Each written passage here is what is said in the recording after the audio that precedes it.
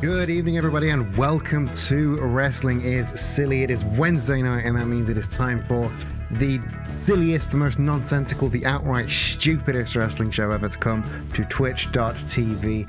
We are inching ever closer to Deck the Halls. If I have done my math right, which I probably have not, then we are a mere 2 weeks away from Deck the Halls, our season finale, our year's end, our big Christmas spectacular. Bonky, Valerie, welcome to the chat, welcome to the show, and everybody else lurking away there in both Twitch chat, VR chat, wherever you are watching the show. Welcome to Wrestling is Silly. Like I said, we are 2 weeks away from Deck the Halls, our winter Christmas end of year special, and it is hotting up here in Wrestling is Silly. I do apologize for taking a week off last week. I had a show on the Wednesday, and then I was stuck traveling on the Thursday, and I was knackered. I had a performance hangover, which is a thing that I experience that I'm not sure anybody else experiences. Tell me in the chat, do you get a performance hangover? It's like a hangover, but you haven't drank anything. I did kind of drink anything. I did kind of drink a fair amount. But it's like you like, after I've done a performance, I get it can only be described as a hangover. I am tired, I am lethargic, I don't want to talk to anyone, I just want to be in bed. And I've never heard of anybody else talk about it, but it's every single time I do a performance, I'm like, okay, I've got to write off the next couple of days because I'm getting old and my hangovers take 3 days to recover from now. But yeah, I do apologize. That is why I couldn't do Wrestling is Silly last week. But we power through regardless, and we have a fantastic show for you today. It's gonna be a big one. It's gonna be a great one. We have later on down the show, we have our main event, the fallout from if you remember 2 weeks ago, during the Unthinkable Horse versus Colonel Sanders match. We had the invasion from the Unthinkables, and if you think they are done with just that invasion, boy oh boy, you couldn't be more wrong. They will be coming back in our headline event, but we have some fantastic matches between now and then, including Phase 2 of Frubin's The Three Trials of Frubin, where so far Darth Maul is earning a shot at his Flippy Shit Division title, but he has to contend with Majima in a street fight that will be coming to you at the end of the first half. But oh boy, it's going to be an incredible night of action until then, and we are starting in the most hard-hitting place that we could possibly start. That is right, we are going to the women's division, because last week Poison Ivy was positioned as, I don't want to call her a jobber, but she was definitely positioned by Wii Fit Trainer as somewhat of a jobber, as Wii Fit Trainer was trying to cement herself as a headliner, as somebody at the top of the card, and Poison Ivy wasn't having any of that and trounced old Amanda, the Wii Fit Trainer. So this week, Poison Ivy now trying to usurp her place in the top of the card, taking on a crowd favorite Spider Gwen. We are getting our very own DC versus Marvel multiverse nonsense right here at the start of Wrestling is Silly. I'm just going to write in that prediction there. Who do you think will win? Will it be Poison Ivy on a continued ascension to the top of the card, or will Spider Gwen pull some multiverse shenanigans, and will we just have everybody at the top of the card? Because the women's division is very much that sort of every single person vying for the title at the same time. It's going to be intense. But I say intense, it's going to be in an arena, not in a tent. Let's find out what that arena looks like as we go down to the ring.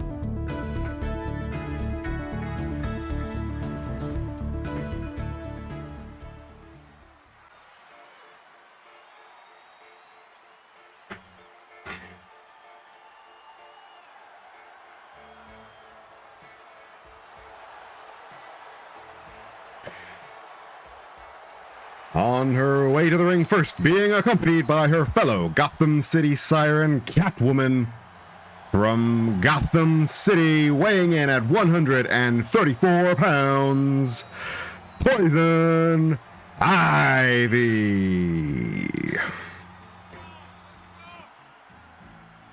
I'm still doing the announcing. I enjoyed doing it last time, and I think I can pronounce everything better than the main guy, than the previous guy could. Yeah, Poison Ivy.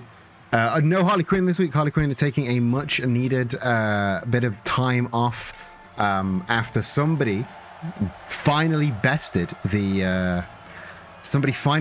Harley Quinn's Hardcore Harley's house, Funhouse, whatever it was. Hardcore Harley's Proving Ground, that was what it was called. After She-Ra bested the Proving Ground 2 weeks back, Harley's taking a much-needed vacation to try and heal her body before giving that title shot to She-Ra. So no Harley Quinn this week, but Catwoman coming out to accompany her fellow Gotham City siren.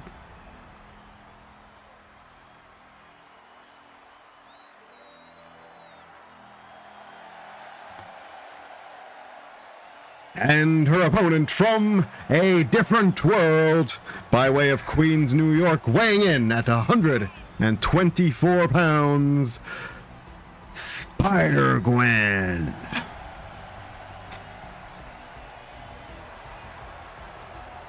Yeah, he stopped paying his union fees, so I could fire him without getting in trouble with the union.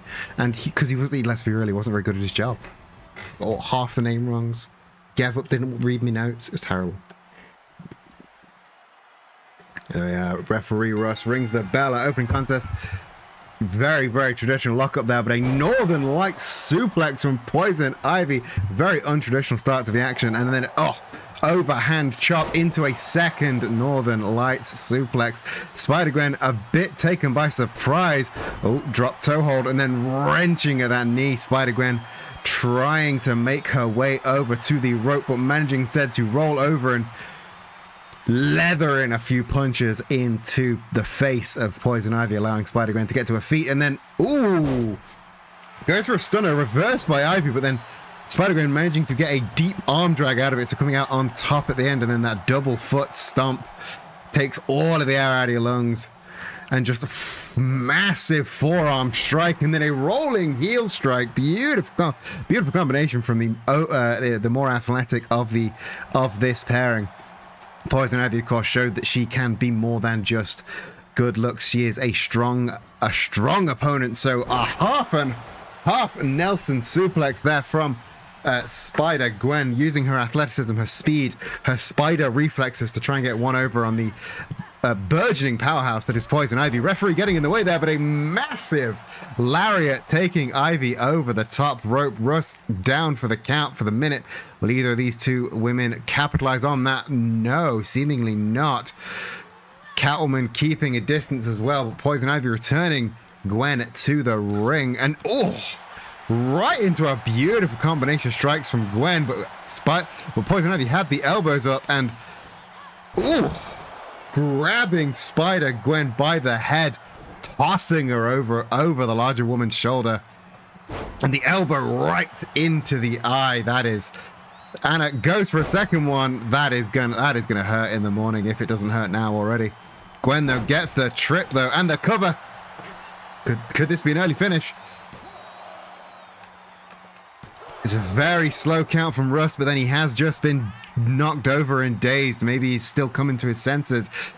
Standing moonsault by Spider-Gwen, showing off every ounce of spider athleticism she has. Throws Ivy into the ropes, goes for the spear, but Ivy intervenes, dodges out of the way. And now just stomping on the ankles and wrenching into a sort of a modified figure four there. Spider-Gwen ages away from any rope. No escape to be made, but Ivy letting her go. Getting the cover. Gus coming back to her senses, a regular speed count this time, but still only a 2 count for Ivy. Ivy stomping those stiletto heels again into the face of Gwen, but Gwen, the dragon screw, that can dislocate a leg, that dragon screw. That can pull a knee right out of its socket, but instead the double underhooks. Beautiful. A double underhook powerbomb there. Gets a cover, only a 2 count. Unfortunate for her, but that was an incredible near fall. And she ascends up to the top. She wants Poison Ivy on her feet. What could she have in store? Big shotgun drop kick. Incredible display, but still not going for the cover. Instead, taking her up to her feet. Cyclone kick gets the cover. Still just a 2, though. The educated feet of Spider-Gwen. That whip kick not enough to keep Poison Ivy down, but I think she might have a second one in the chamber. A second whip kick gets the cover. But it's still only a 2 count. Poison Ivy digging deep into the dirt to find the seed of what's left of her energy. Rising back up to her feet, getting the trip, trying to make every ounce of energy count. Driving knees, elbows, feet into the face of Spider-Gwen, trying to slow her down. Spider-Gwen getting that emergency exit. But Poison Ivy on the top rope. Single chop straight to the top of Spider-Gwen's head. That is quite a way to go. Hits the senton, but Spider-Gwen with the dodge, evening the odds. Poison Ivy fighting from underneath. Series of strikes, dodges the roundhouse kick, though. Poison Ivy thrown into the ring by Spider-Gwen with the running pump kick. Oh, went for the cutter, missed it. Shot Poison Ivy with the chance, and now Poison Ivy Irish whip reversed, and the flip by Ivy. Beautiful, dodges the strike, and big lariat there. Beautiful comeback there from Ivy, returning to some textbook stomps, elbow drops, whatever she can use to wear down Spider-Gwen. Now with the wrenching that armbar. Let's see if she will continue with her powerhouse ways or go for the sleeping spores. Gets it locked in. Spider-Gwen struggling a little. Spider-Gwen very easily slipped out of that one. Those sleeping spores usually put an opponent out. Rising knee strike avoided by Poison Ivy. Hits the neck breaker. This is not looking good for Spider-Gwen, but she is all about coming back from adversity. Now it's Poison Ivy dragging her away from the ropes, closing the doors of any kind of rope break. And now the clover leaf locked in, really wrenching back, and Spider-Gwen no chance but to submit.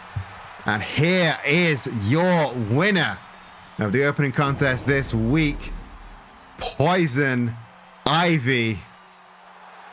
Your winner by submission with the cloverleaf, Poison Ivy. Bude RPG pointing out in the chat that, of course, those sleeping spores have no effect when Spider-Gwen has that mask on, but you just can't outdo wrenching of the limbs with that Texas cloverleaf. An incredible display of strength by Poison Ivy. What a great opening contest. Well done to the 17% of you that predicted that Poison Ivy was going to win. But Poison Ivy, again, last episode she was chosen as kind of a victim to the rise of Wii Fit Trainer, but she's proving to herself and she's proving to everybody else that she is not a force to be trifled with. She is quite the competition, and maybe we're seeing another woman entering the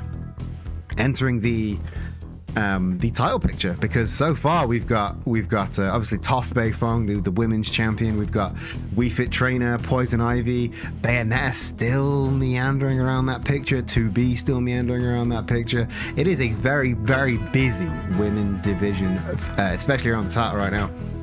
If I'm Toph, I'm keeping my eye out now, especially for Poison Ivy, but Wii Fit Trainer as well. You never know what might be thrown at you by anybody in and around the women's division. If you are enjoying the stream, please do make sure you are followed so you will never miss an episode of Wrestling is Silly. We try and broadcast every single Wednesday at 7 p.m, but if anything changes, please do hit that follow button if you are enjoying the stream, or if not, follow me anyway. I'm trying to hit 750 by the end of the year. It could happen, you never know. Moving on to our next match of the night, we are returning to the Smiley Case, specifically the men's Smiley Case, currently being held by Doug Ziggler in a sense, but in a more important sense, being held by the Deity Dogs. They have insisted that they intend to cash it in on whoever is the tag team champions at Deck the Hall. Sorry. So right now that would be Sonic Generations versus Deity Dogs for Deck the Halls, which is an insane tag match. That will be a high flying affair, but Doug has to hold on to the case between now and then. So what does he do? He says, I'm going back to the open challenge. I'm going back to the old ways, going back to that open challenge. And who should answer his call but another one of the OG old school wrestling is silly tag teams. But Abe Lincoln of the Union has decided that he might want a look at that tag title as well. So Abe Lincoln versus Doug Ziggler for the men's smiley case is next up, and I have taken the executive move of banning any members of the Deity Dogs or the Union from ringside. There will be no funny business in this match at all. It is only Doug Ziggler versus Abraham Lincoln. Because while they may both have the goals at cashing in on the tag team titles, this is at the end of the day a singles briefcase that will be competed for in singles competition. So I didn't want to turn this into some crazy wacky tag team match. One-on-one, Doug Ziggler versus Abraham Lincoln for your men's smiley case. Let's go down to the ring and see which one of our OG tag team legends, OG crowd favorites, will walk away with the smiley case.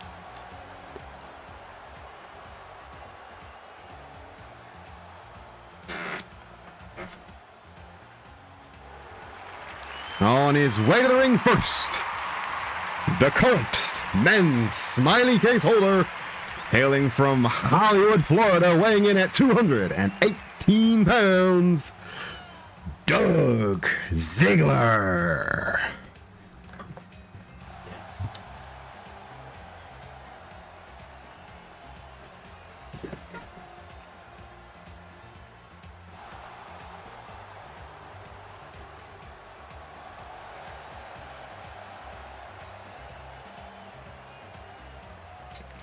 It's about time Doug was near some. It's about time that Doug was near some gold. He's been a crowd favorite. He's been a locker room leader for a long time, as has this man. I would be happy with either one of these walking away with the gold. And his opponent, hailing from Sinking Spring Farms in Kentucky, weighing in at 185 pounds. Abraham Lincoln. Like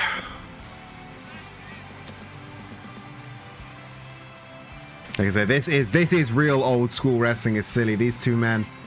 If I had to pick the four pillars of wrestling is silly, it would be hard for me to not choose either Abe Lincoln or Doug Ziggler. I know Doug came in just that little bit later, but really when Wrestling is Silly was coming into its own, when it was becoming its own thing that wasn't just prattling around in game, it was these two men and their tag team partners that helped build the image, the personality that was that will become what we have today. And Freya rings the bell. Ooh, Doug Ziggler going for the lariat, ducked into a German suplex from Abe Lincoln. Excellence of execution there. And suplex face buster from Lincoln, hits the ropes, and the split leg drop doesn't hit its target. And now Abe instantly slowed down. I've missed a leg drop before. The reverberations up the entire tailbone and spine, they really do slow you down, and that is the veteran work of 10 years in the industry, Doug Ziggler, formerly known as Dolph Ziggler in the WWE, but he's a free agent now, going by Doug all of the time. Abe Lincoln struggling to pull himself up by those ropes. Doug not giving him a chance, scraping his face over the top rope. And when I say rope, that is a steel cable covered in electrical tape. That is not something you wanna scrape your face on. Into a beautiful power slam though by Abe Lincoln. throws Doug into the ropes. Abe, of course, has the power advantage, but Doug spends most of his time training with God. Rope assisted power slam there from Abe Lincoln. But like I was saying, Doug spends most of his time training with God, so he's used to that power disadvantage. But a gut wrench suplex by Abe Lincoln. Doug going for that emergency exit, or maybe coaxing Abe to the outside. Abe not taking the bait for a minute though. Abe instead resting, relaxing on the inside. Doug slowly follows right into a pump kick and a beautiful European uppercut there from Abe Lincoln. Doug hits the ropes, sleep from Abe, and ducks under right into a deep German suplex with a cover. Just a one though. Doug fighting back, gets that big wrist lock takedown just in time for a short fall DDT, taking Abe back down to earth. Doug using his speed to his advantage, rolling neckbreaker now. Doug knows that this could be his only shot to get a tag team title shot, and he does not want to lose that to Abe, even though Abe is the stronger man. Oh, beautiful returning fire, the snap power slam that Abe had earlier. And now Abe having to take the emergency exit. Doug being coaxed to the outside, up on the shoulders. Oh, running Death Valley driver onto the outside. And now two of those split leg drops. That is it's a lot of weight to come down on you at once. Now into that rear naked chokehold again. No tapping out on the outside here. This is all trying to wear down and slow down Doug. But Doug able to wrench his way out of the powerful grip of Abraham Lincoln.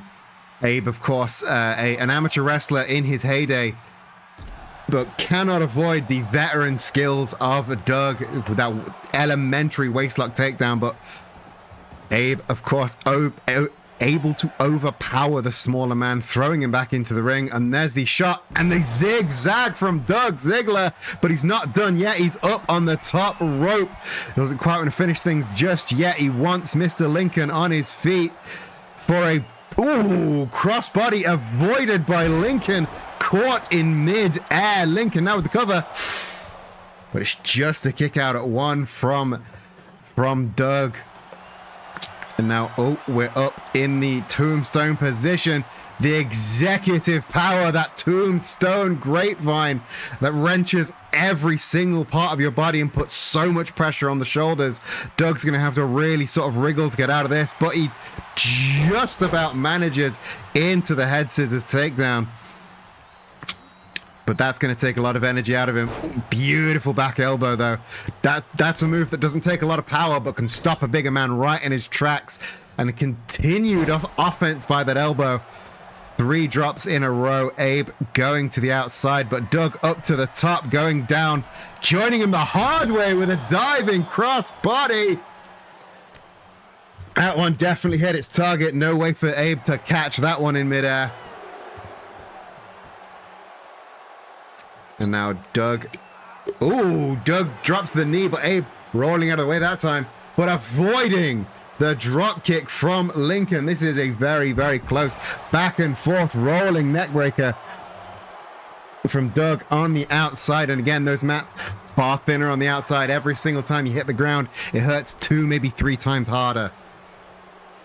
Doug and Abe swapping places back and forth. Giant drop kick there from Doug. But Abe returning fire with a big meaty lariat. And ducking one of Doug's. The back body drop hits its target. And I think, is he going for another one? No, the spine buster instead. Big Hoss moves from a big Hoss man. And here it is, the original choke slam. Incredible moves from Abe Lincoln. Could this be it? Wow.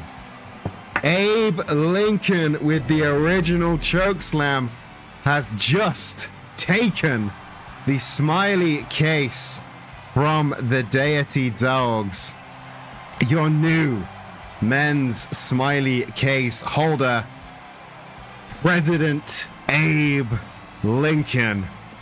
This just made everything ever so much more interesting. Abe Lincoln, your new smiley case holder. No doubt he has similar aims for it than Doug Ziggler, clearly wanting to take his best friend Karl Marx, his pen pal Karl Marx, into the tag team world. But only time will tell. Will he make it? Will he be able to carry that case into Deck the Halls in 2 weeks' time? There's only one way to find out, and that is by sticking with Wrestling is Silly every single week, every single Wednesday, 7 p.m. We're back to GMT. We're not on BST anymore. GMT. What an incredible match that was, and we're only going from strength to strength now. I do kind of feel sorry for the dogs and Doug specifically. Again, like I was saying, he was that was his first kind of brush with gold in Wrestling is Silly, and I really wanted him to get that title shot, but that's the name of the game. He decided to put it on the line, and he has lost it to Mr. Lincoln. It's gonna be very interesting to see how the Sonics react to this, because their opponent for Deck the Halls may have just changed completely.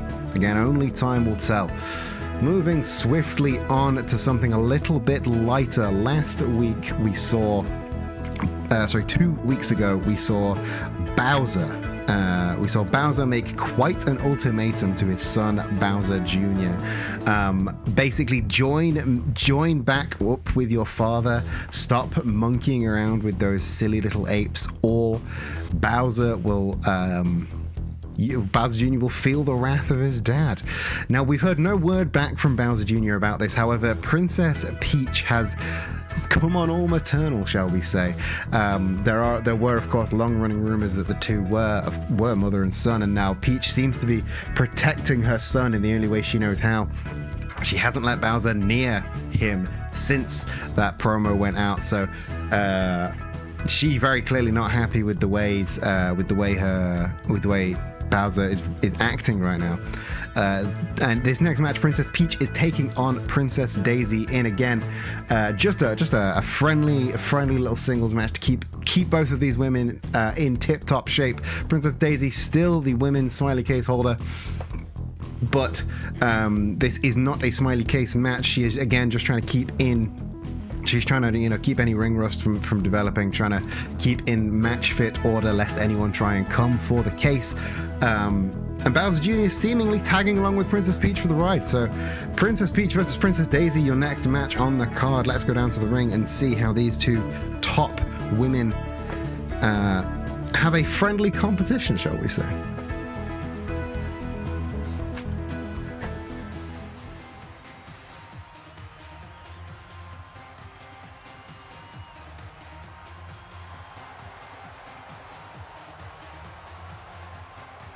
On her way to the ring first, from the Mushroom Kingdom, weighing in at 150 pounds, being accompanied by Bowser Jr., Princess Peach. They could be friendly. Last time we said friendly, we got He-Man and Donkey Kong. That was definitely not friendly. Maybe this one will genuinely be friendly. You never know. It's hard to say with these things.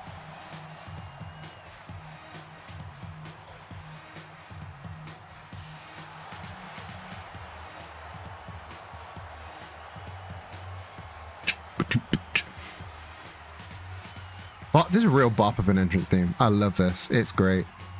All the entrance themes are great, but it's the women's version of the matches are friendly.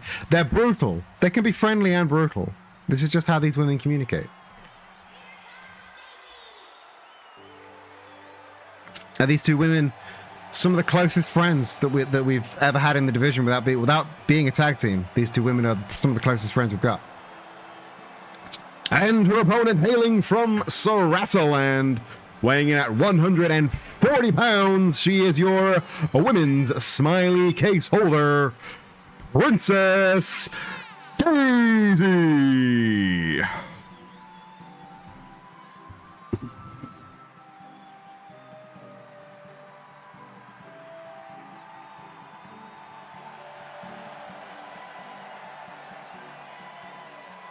So Princess Daisy, a shocker of a Smiley Case winner back at Graveyard Smash, or possibly September Scuffle. A shocker of an Elimination Chamber that she walked out of with that Smiley Case. Again, it is not on the line tonight. She is just keeping herself in a match fit state. Side suplex out of the gate into a ground pound from Princess Daisy, asserting her dominance over her best friend Princess Peach.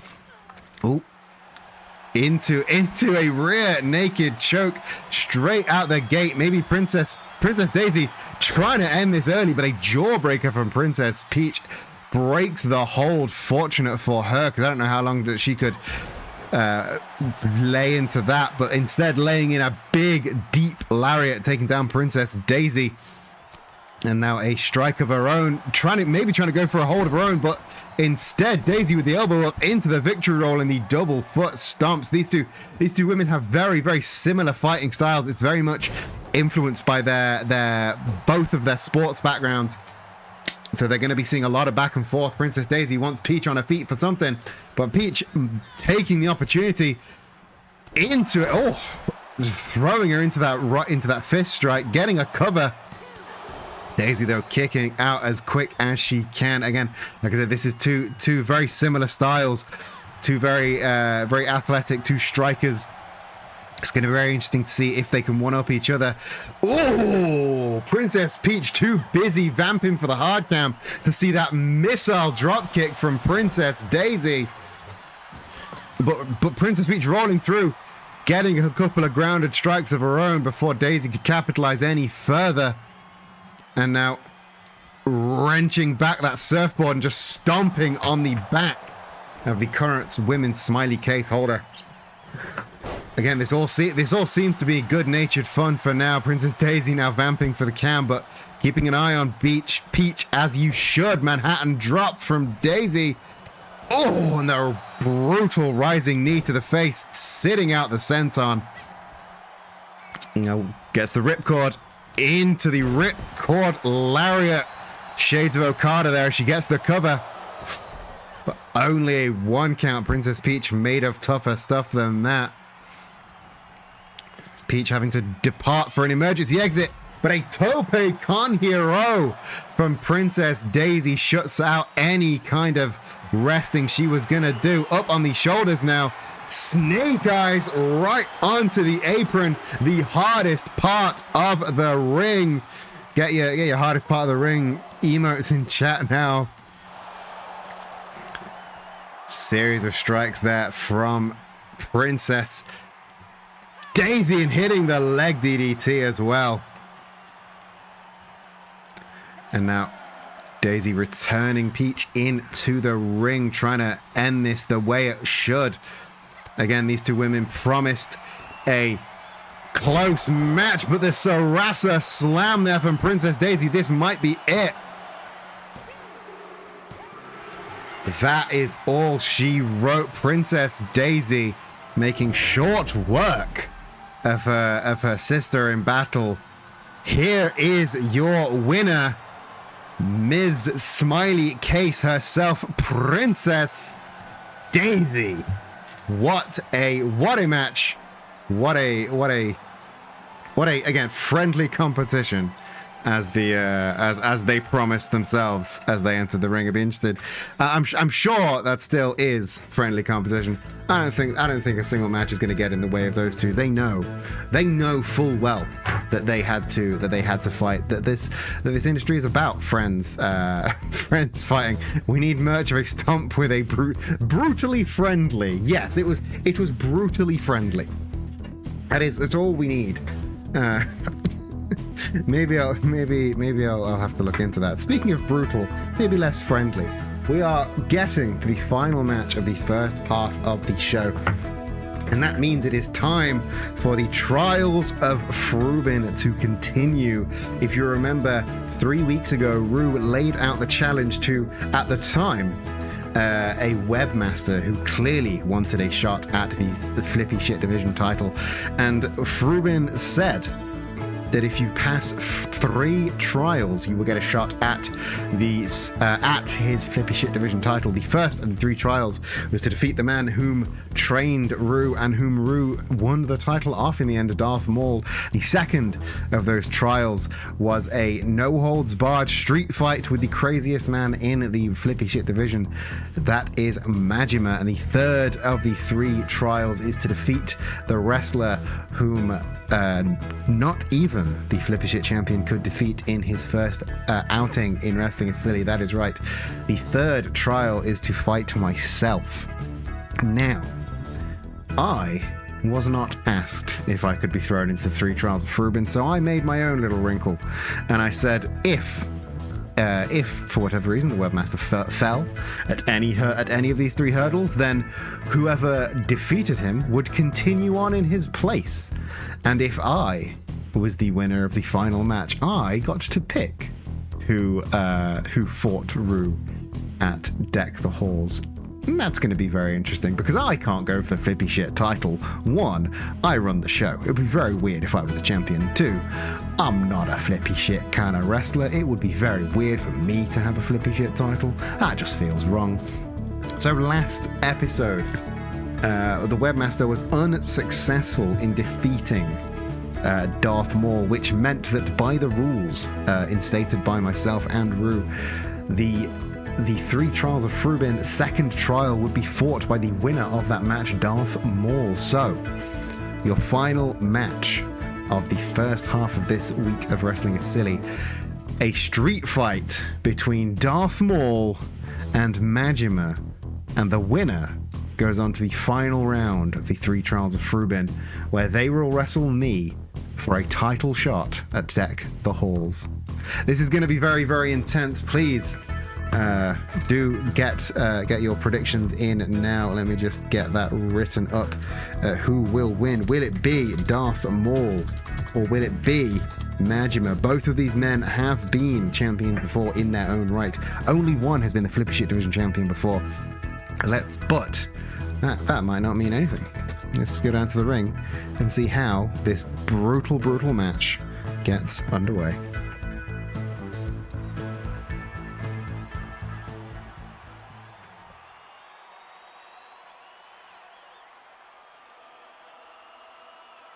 This next match is a no-holds-barred street fight. And it's round 2 of the trials of Frubin. On his way to the ring first, from Decemer, weighing in at 215 pounds, Darth Maul.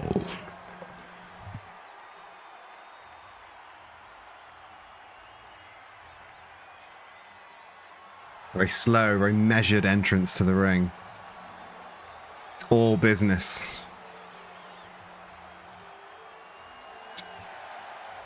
He's, some may say he has forced his way back to the title picture.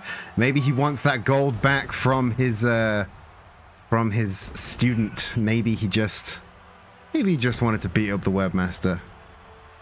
But either way, he's landed himself in very, very hot water. No disqualifications against Majima. It's not a place you want to be.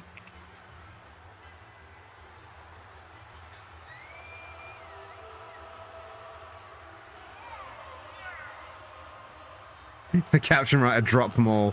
Yeah, the caption writer is definitely related to the announcer. None of them can get the accent right.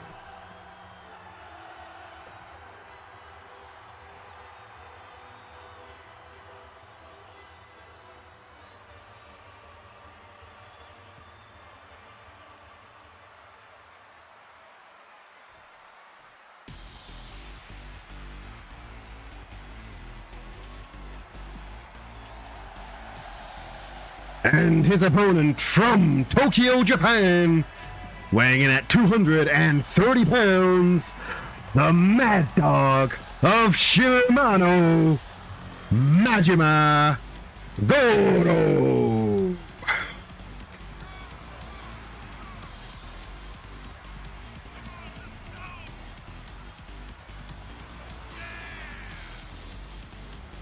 You notice he finally shed his fight boyfriend's t-shirt. Maybe he's finally done with that chapter of his life.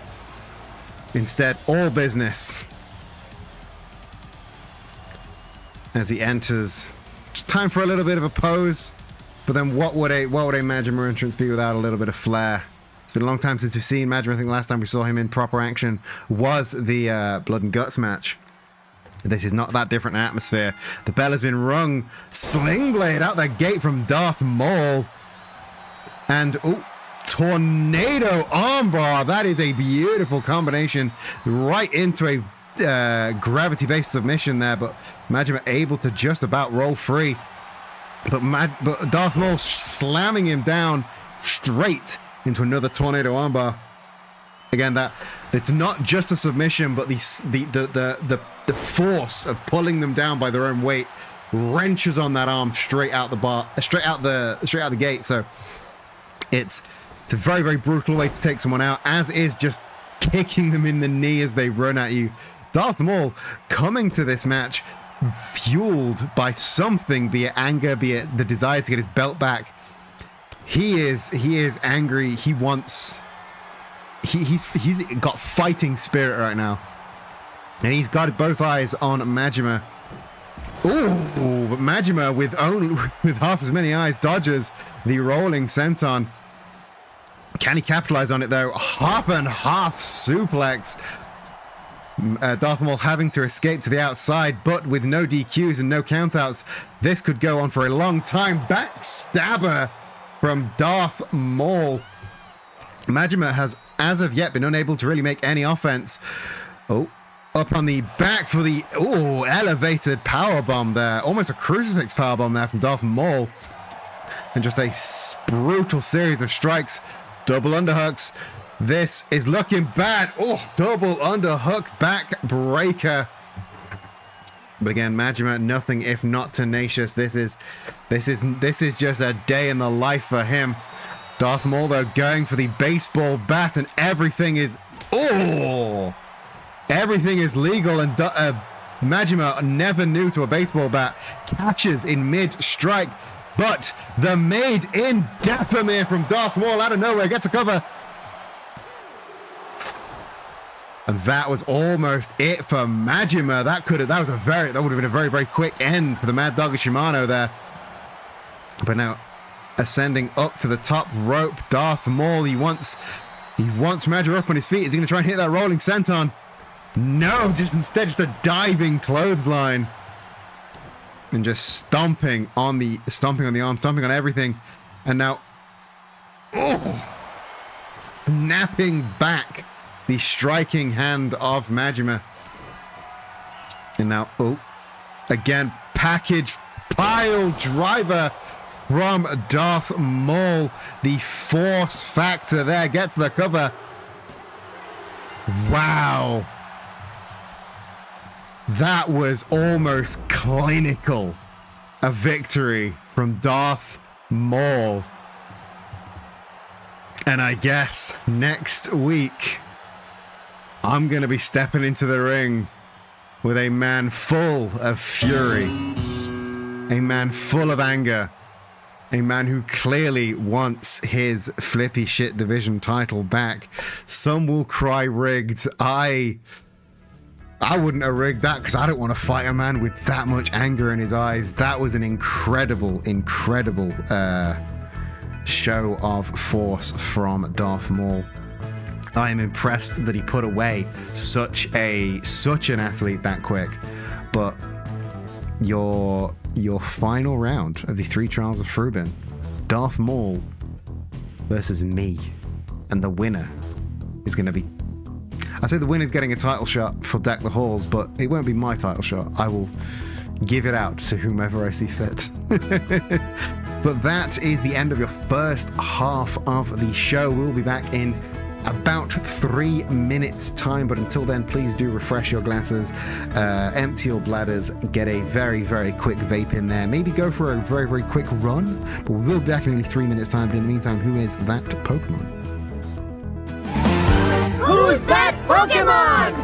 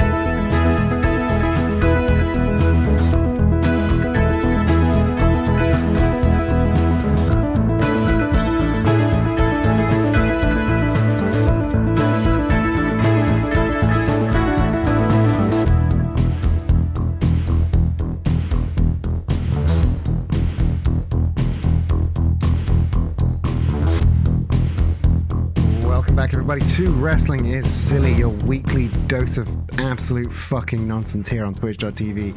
If you are just joining us, you have missed an incredible first half of wrestling. We had 2 visits to the women's division. We had a Smiley case changing hands, and we had Darth Maul ascending to get his rematch, one step closer to getting his rematch against Rue for the Philippine Division title later on in the month. But now we are going to the tag division, the men's tag division, for what at the start of the night was just a no strings attached tag team match, but now suddenly has a lot of stakes. Your next match for this evening, Sonic Generations are taking on the Union. The Union in this case being Karl Marx and Glam Rock Freddy. So we are not seeing Abraham Lincoln twice in one night, unfortunately. But this match may spell the future of the tag team titles, as if the Sonics cannot take on the Union this time, maybe they will not be able to take them on for the titles in just a couple of weeks' time. This is going to be an incredible tag match. Again, 2 of our most lauded tag teams. Of course, Sonic Generations is the only 2-time tag team champion, so we're bound to see an incredible match from these 2. I don't think there's any time for any more speaking. Let's go down to the ring, shall we?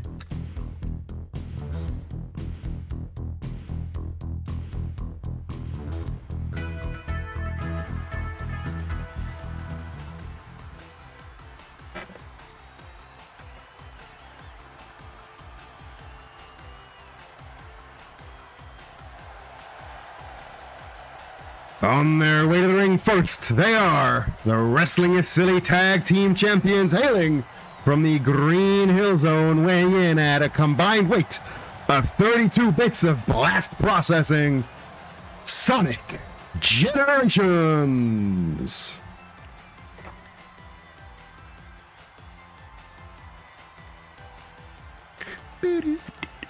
Banger every single time, a banger.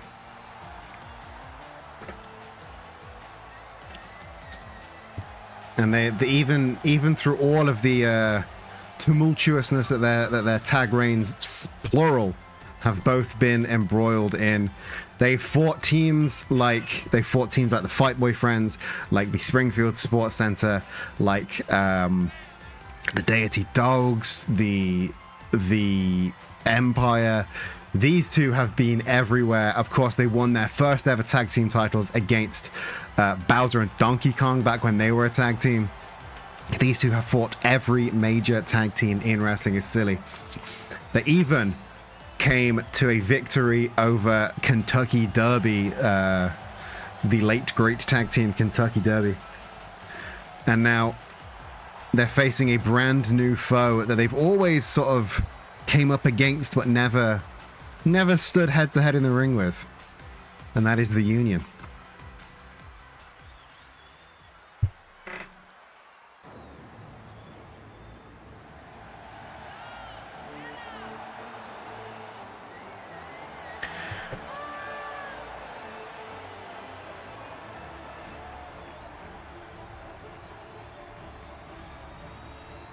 And their opponents at a combined weight of 697 pounds, from the heart of the workers via a pizzaplex in an oft-debated location, Glam Rock Freddy, Karl Marx, the Union.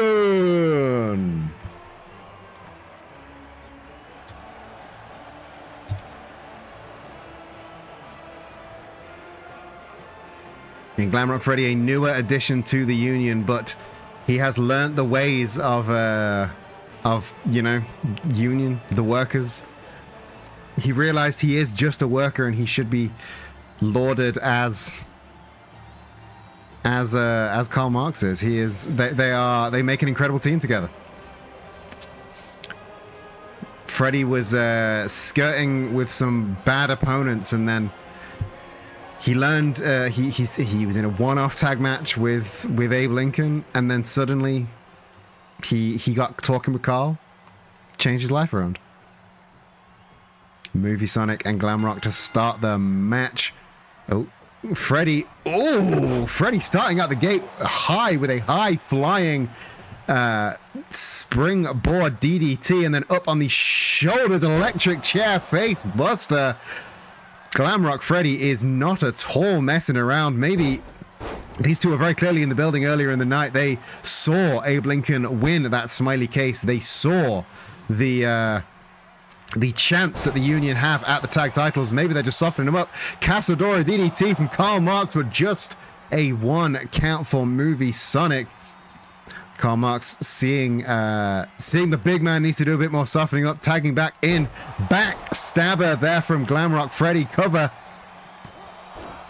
But Sonic here, of course, they got to go fast to break up the pins.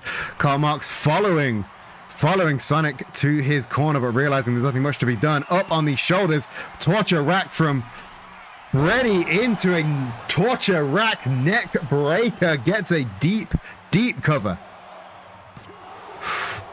Still just a 2 count. Movie Sonic, very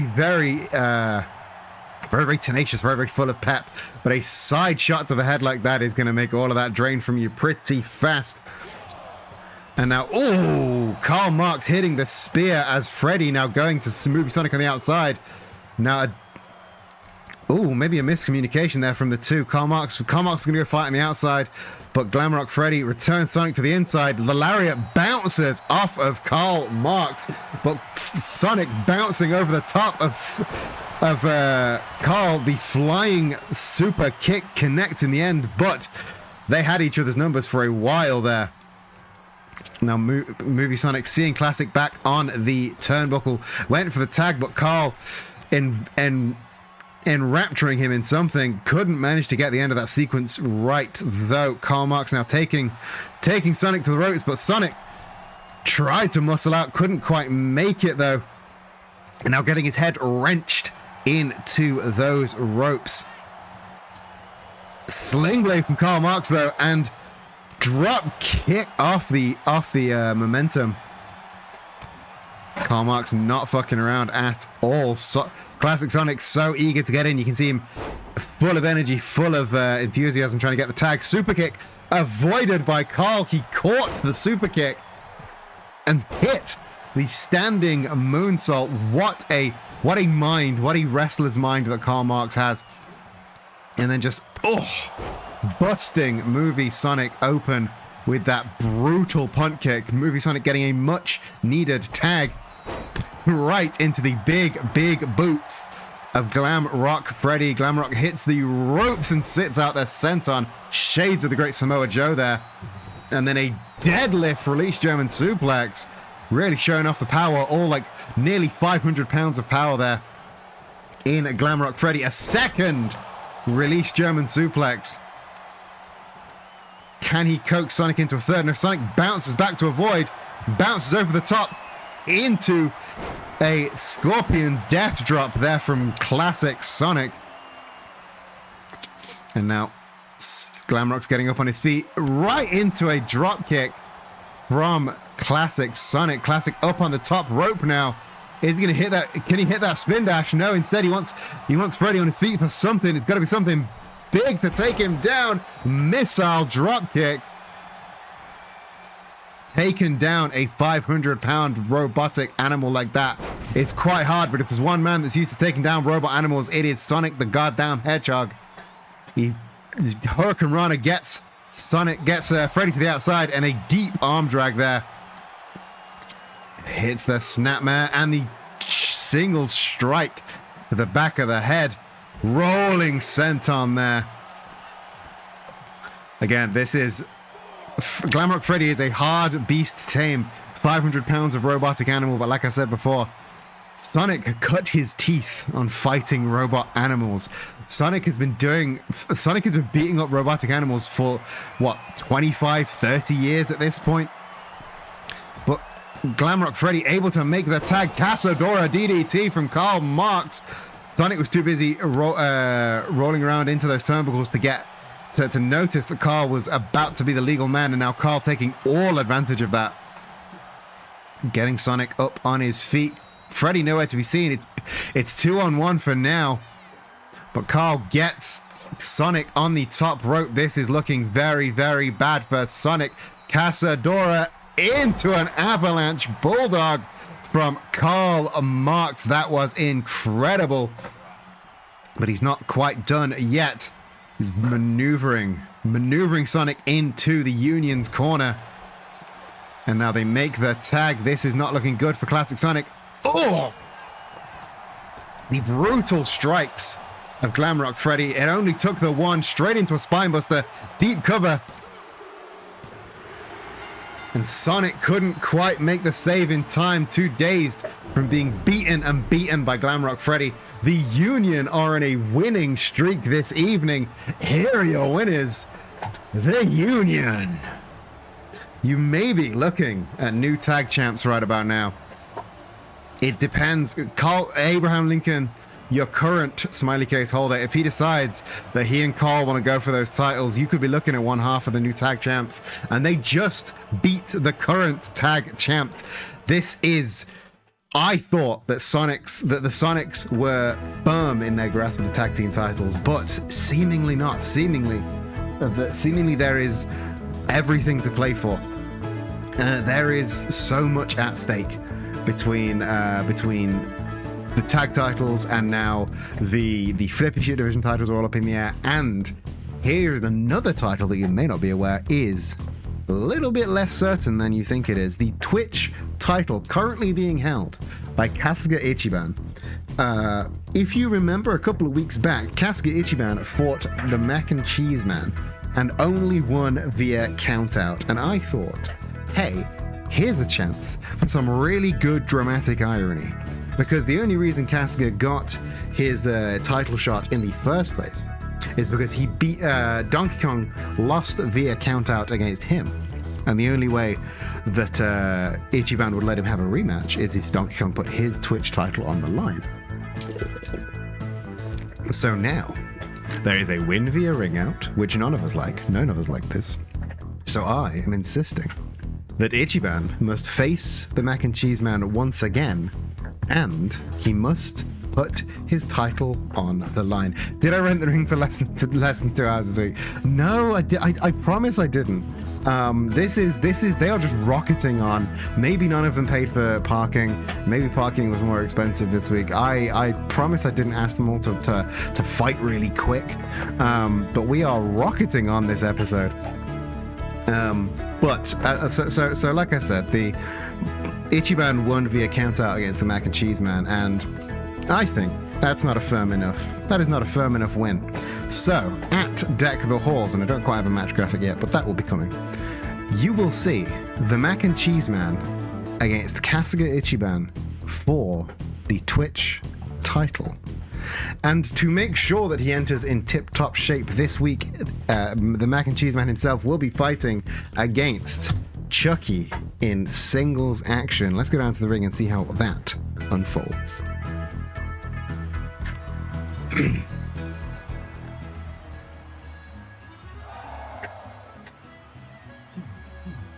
Your next match is a singles match scheduled for one fall. On his way to the ring from Madison, Wisconsin, weighing in at 185 pounds, the Mac and Cheese Man, Mackie Chase.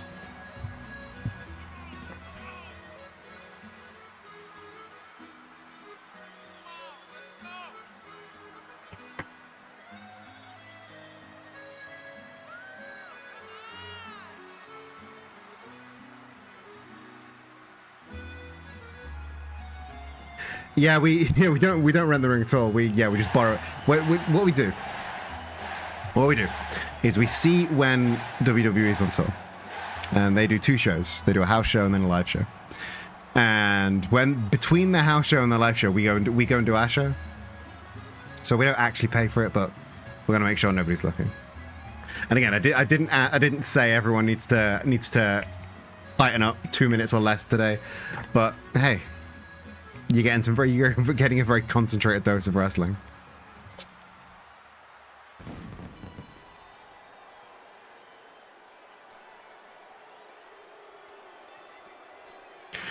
And his opponent from the toy box, weighing in at just enough to hug. Here's a good guy. He is your best friend, Chucky.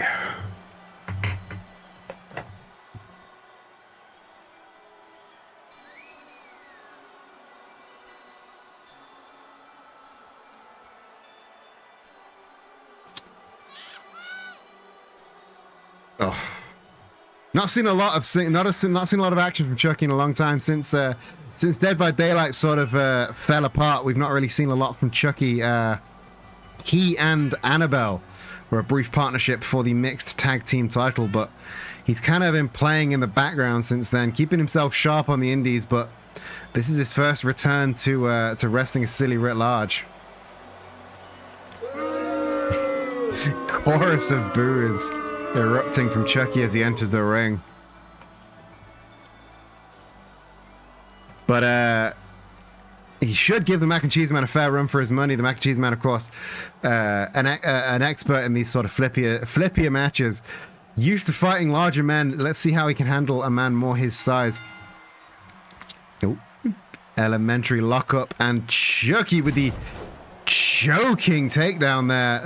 A very, very brutal opponent. Maybe far more brutal, of course, than Ichiban, but Maki has this idea where he gets right into the big match. He doesn't really ease his way in, and I think this was Maki's trial at easing his way into the Twitch title match in a couple of weeks' time. But Chucky is really dominating the Mac and Cheese Man in these opening stretches, really targeting that elbow, and it's going to be interesting to see if Maki can make the comeback that he's oh so known and oh so loved for. Thing is, Maki Chase is one of these. He is a well-beloved fighter. Everybody loves the Mac and Cheese Man, but even in situations like this, it's a little hard to see why he's so beloved. I mean, I get part. Oh, beautiful dodging of the tope suicida there. Like everybody loves the Mac and Cheese Man. Graceful head scissors there, but so many times the Mac and Cheese Man has been close to a title picture, never quite made it all the way there. This I think may be his last go at championship gold here at Wrestling is Silly. So this really is his chance, and he's got to make the most of it. He's finally code breaker out the blue. Maybe Mac and Cheese Man has finally woken up, now wrenching the legs of Chucky, trying to dislocate something, but referee up to a 6 count now. Up to a 7 as Maki re-enters the ring, flying senton straight to the spine of Chucky. Now Maki flying up to that top rope, diving elbow. Chucky scouted though. And now Maki bouncing back just as quick. Gets the sleep and the leap. And how is he going to top this off? Beautiful Hurricane Rana, deep hooks. Just a 1, unfortunately. That is a deep cover, but if you can move yourself properly, it's very easy to break out. Dropkick didn't quite hit its target, but Chucky here with a choking takedown once again. And he's gone for a deep choke, trying to properly choke out Mac and Cheese Man, but you can't choke out a man made of pasta. Deep cover instead. Just a 2. Maki may be waiting as long as he can to kick out to try and get a break. Hurricane Rana, maybe something woke him up. This is a beautiful example of 2 flippy shit guys. Flavor Packet connects. Cover from Mac and Cheese Man. Wow. And what a cleanup there from Maki Chase. The flavor packet, that is a symbol that your meal is cooked. Your mac and cheese is fully done. The last thing you do is add the flavor packet. So that is when he knows that Chucky is done. Everybody in the stands, everybody in the chat on the side of the Mac and Cheese Man. And again, another very, very quick match. Again, I'm not planning this. I'm not insisting that they only stick around for a couple of minutes. I promise. But we are already one match away from our headliner, and it is only 10 past 8. I do apologize. Yeah, this is a real speed run of the night. Again, I planned a full night of action. I know there was only one tag match, but I thought these were going to be long-standing matches. The Street Fight especially definitely took me by surprise. Those things usually go on a little bit longer than that. But we have one more thing to talk about before we go to our main event, and that is our world champion. Our world champion, Gus, has something to say. So before we go to our main event, let's go to this message from... I believe this is the message. I think I've got this all queued up. Let's go to this message from our world champion Gus.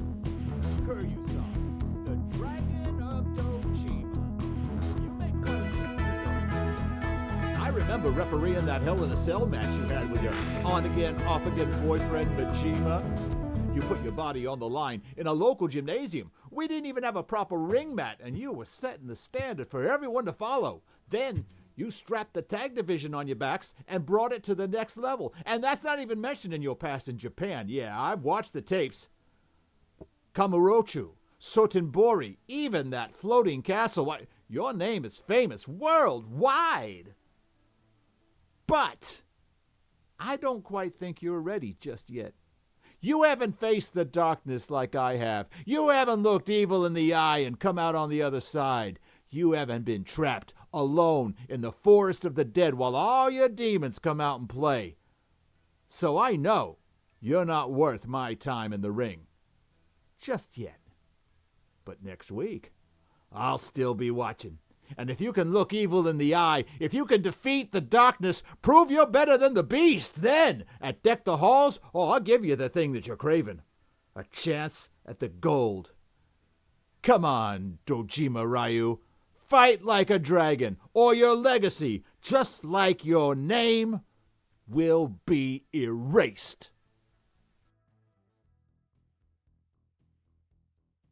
Well, I don't know about you, but they sounded like fighting words to me. The world champion Gus has called out Kiryu Kazuma, saying that yes, he may be one of the greatest fighters in this division, in this promotion, in the world, but he hasn't faced the darkness just yet. So next week we will be seeing Kiryu versus Slenderman, it seems. And then, perhaps, if Kiryu is successful, Kiryu versus Gus for the world title.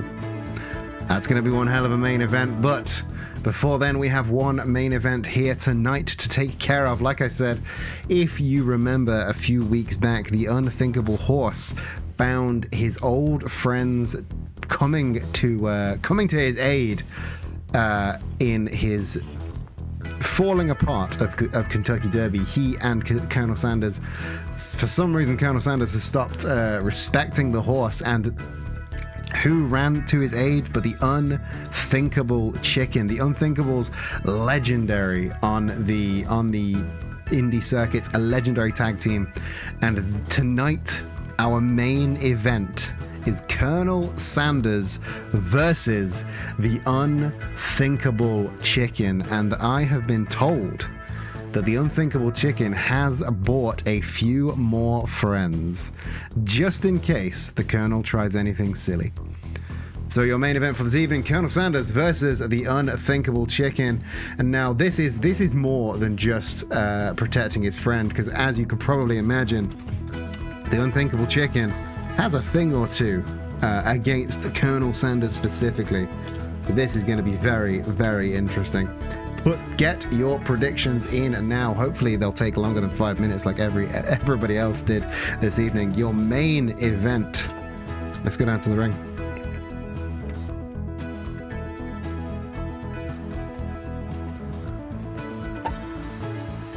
And your main event for tonight is a singles match scheduled for one fall. From Louisville, Kentucky, weighing in at a family-sized bargain bucket, Colonel Sanders.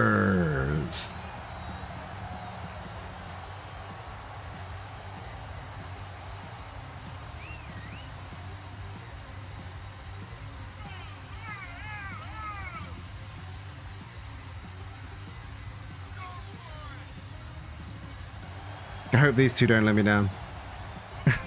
I did not want this show to go for an hour and 15 minutes, I promise. But sometimes the fights, this is the downside of doing a show where you have very little, control, because I scheduled as much content as I do for usual shows, and yet it has gone so much quicker. I'm gonna need to talk to him, tell him to stretch a bit. And his opponent, accompanied by the Unthinkables from out of this world, weighing in at 350 pounds, the Unthinkable Chicken.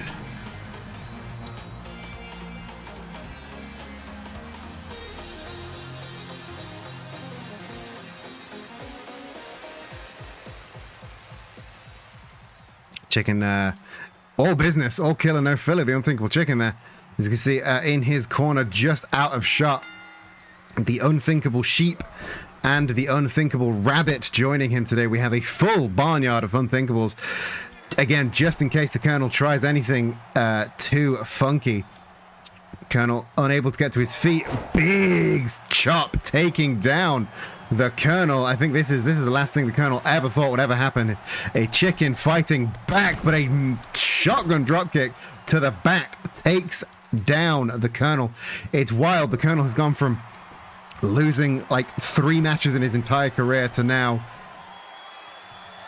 Oh, big drop kick, not quite hitting its target, into a rolling neck breaker from Colonel Sanders. Maybe the Colonel playing possum there. And, oh, shot to the head takes down the chicken. Another Colonel back in control of the bird. Colonel rising the chicken to his feet and trying to take him down. The big lariat connects. Colonel up on the top rope, and swanton bomb from Colonel Sanders gets a cover. But the chicken kicking out at a 2. This is already the Colonel trying to shut down the chicken before he can get started. Stomping on the hand, or the wing, should I say, of the Unthinkable Chicken. I don't think the Colonel could possibly prepare for any fight with any Unthinkable excepting the Unthinkable horse. He has no idea what he's facing, but whatever he's doing, he's managing to, with pure power, getting the upper hand over the chicken, only if very, very briefly. And now wrenching back at the neck of the Unthinkable Chicken, hands in the beak, but the chicken throwing off the Colonel with the power of his thighs, and now raising the Colonel up, slamming him into that corner and just yeeting him. The Colonel taking flight right into the center of the ring. And jawbreaker right on the knee. Do chickens have jaws? They definitely have beaks, and that one might just have been broken by the Colonel. As you can see there, the sheep and the rabbit trying to get out of the way. The leg DDT smashing the foot, the Achilles, the heel of the chicken right into the ground there. And now the referee starting the count, and brutal strike, the knee to the head. And now the Colonel, Colonel ducking. Oh, that was a beautiful, beautiful reversal DDT there from the chicken. Exchanging off momentum here on the outside. The chicken returns the Colonel to the ring, follows him back in. And now, sick strike to the side of the head. And now, jawbreaker of his own. The Colonel almost taking flight, bouncing back off that. And the short DDT. Again, It's a lower drop, but it's a more forceful drop, and you don't have time to get your hands up to shield yourself. It always feels like it hits harder. And now the chicken, cock-a-doodle-doo, but the Colonel rolling out of the way of that leg drop. And the Colonel now trying to capitalize with a couple of strikes and taking the chicken down with a brutal slap across the face. Gets a cover, but the chicken pushing his way out and kicking out just out of 2. Colonel, I think, maybe looking for the bargain bucket clutch, trying to put the chicken away. No, instead, gets the back hooks, going up for the Zinger Tower. Deep cover from the Colonel.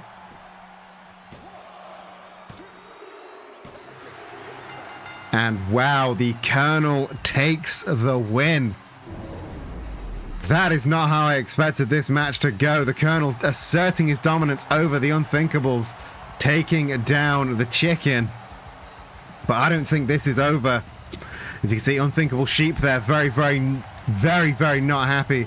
And Unthinkable Sheep is the Unthinkable Rabbit there, maybe trying to make a break for the ring. And no, instead, I think he was going to look for to go check on the Unthinkable Chicken. And from what I know of the Unthinkables, of course, they're quite an enigma, but having done a little bit of research on them, the Unthinkable Sheep is the one that you do not want to that is the one you do not want to upset. He is the most unhinged, the most hard to predict, the most brutal of all of the Unthinkables. So if his look at the end there was to be believed, then he might have the Colonel might have just made a very, very powerful enemy in the Unthinkable Sheep. But either way, a lightning fast episode of Wrestling is Silly there for you. Again, usually these shows take a lot longer. I do apologize. If you have liked the show and would like to support the show, the best way to do that, of course, follows and telling of friends. They are all free, but if you have a little bit of money left over, I know it's Christmas. I know it's hard to have spare money this time of year, but if you do, Ko-fi.com/wrestlingissilly is the best place to go to help support the show. Not only can you donate on a one-off basis, but you can also donate on a monthly recurring basis as well, and you can get some fantastic perks for that. Paul the Pole, thank you for gifting that sub to the community. The 31st sub. Valerie North, enjoy your emotes, enjoy your new color in the Discord server. 31 gift subs. Thank you for so much support, Paul. I'm also inching ever so close to a Twitch payout. I think I'm on like 37 out of $50, and that would be very nice to have. But again, the best way to support outside of course subs and gifting subs is Ko-fi.com/wrestlingissilly. If you give at a monthly basis, you get things like your name in the credits, you get special role in the Discord, special behind the scenes channel in the Discord, you get shout outs during the show. For example, huge shout out to our current £20 a month donator, Ayakara. Thank you for your continued support of not only this show but basically everything I do, and thank you for setting up and maintaining the VR chat watch room that is a crazy thing that exists. You can, at the higher tiers, the It's Getting Silly tier, the month that you start that, you get to appear on Wrestling is Silly itself, either as a run-in or as a companion to your favorite wrestler in a big match, or you can even book a Twitch title match of your very own at the £15 a month tier. And if we hit £100 a month if we hit £100 a month on a recurring basis in the Ko-fi, then we will unlock a special, this is my stretch goal, we will unlock Wrestling is Silly Punchline. It's a brand new hour-long show every single Saturday on youtube.com/@wrestlingissilly, where you can also find all of the VODs of previous episodes if you have missed a week. Extra matches, recaps of feuds, interviews with folks who help keep Wrestling is Silly going.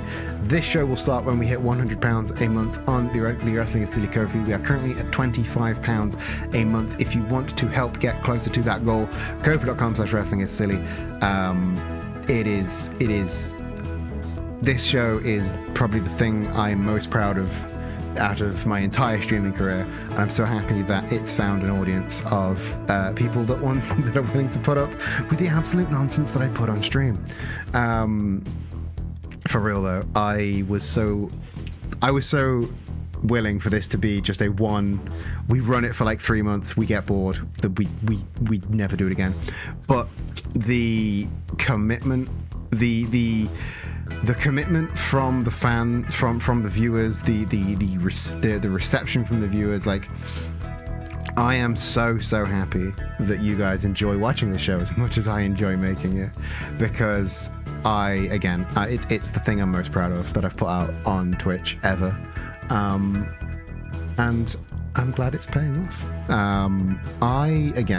The bad thing is sometimes you end half an hour early and don't know how to fill time. So I'm going to look for somebody to raid into, which means I've got to log into Twitch on this computer. So give me just a moment. Like I said, Deck the Halls coming up on December 20th, I believe, in 2 weeks' time.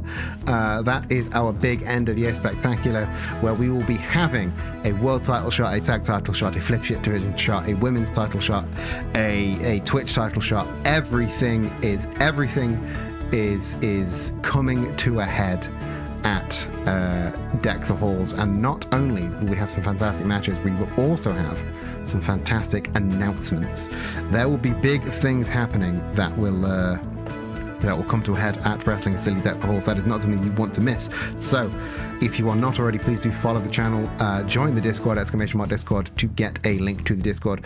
Make sure you're here, make sure you're following, make sure you're there for any big announcements that you may otherwise miss. But let's find a person to. Ooh, hello, Geeks May Vary, friend of the channel. He's in here quite a lot. Is playing Celeste. Shall we go watch Geeks play some Celeste? Let's do that, shall we?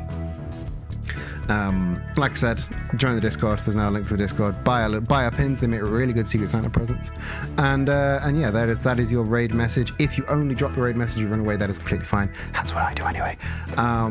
So yeah, it's been a hell of a show. I'm sorry it was a bit of a speed run, but hopefully we'll be back for longer next week. But until then, book an ear, book a file, wherever the book you are. I hope you're having a fantastic rest of your day. I will catch you in the next one. Love you, bye.